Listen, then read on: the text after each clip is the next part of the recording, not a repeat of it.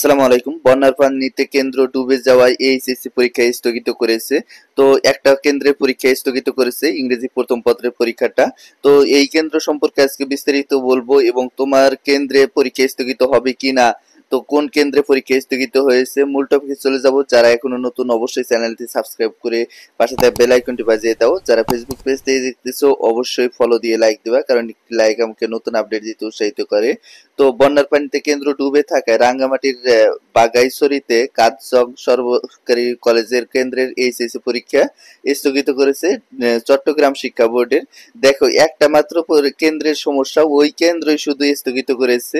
অর্থাৎ বুধবার 3 জুলাই সন্ধ্যায় বিষয়টি নিশ্চয় করেছে রাঙ্গামাটি জেলা প্রশাসক মোহাম্মদ আশরাফ হোসেন খান। তিনি বলেন, রাঙ্গামাটিতে কয়েকদিনের টানা ভারী বর্ষণ ও উজান থেকে নেমে আসা পানিতে বাঘাইছড়ির নিম্নাঞ্চল প্লাবিত হয়েছে।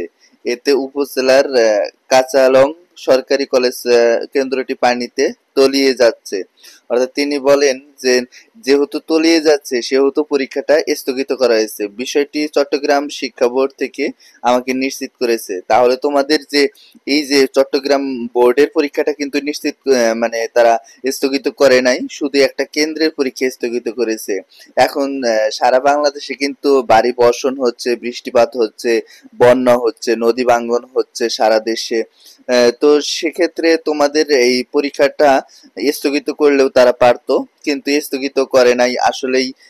দেখো, এখানে বলা হয়েছে জেলা প্রশাসক আরো বলেন, যদি শুক্রবার ও শনিবারের মধ্যে পানি সরিয়ে যায় যথারীতি রোববার পরীক্ষা হবে। তবে বাঘাইছড়ি উপজেলার অপর কেন্দ্র সিজক কলেজে কেন্দ্রের পরীক্ষা যথারীতি চলবে। দেখো, শুধু একটা কেন্দ্রে যে কয়জন শিক্ষার্থী আছে, অর্থাৎ কাঁচালং সরকারি কলেজ কেন্দ্রে এইচএসসি পরীক্ষা দিচ্ছে 468 জন। এই 468 জনের পরীক্ষা তারা কিন্তু স্থগিত করেছে। তো যেহেতু তোমাদের এই পরীক্ষাটা স্থগিত করেছে, সামনে পরীক্ষা নিয়ে নিবে, সমস্যা নাই।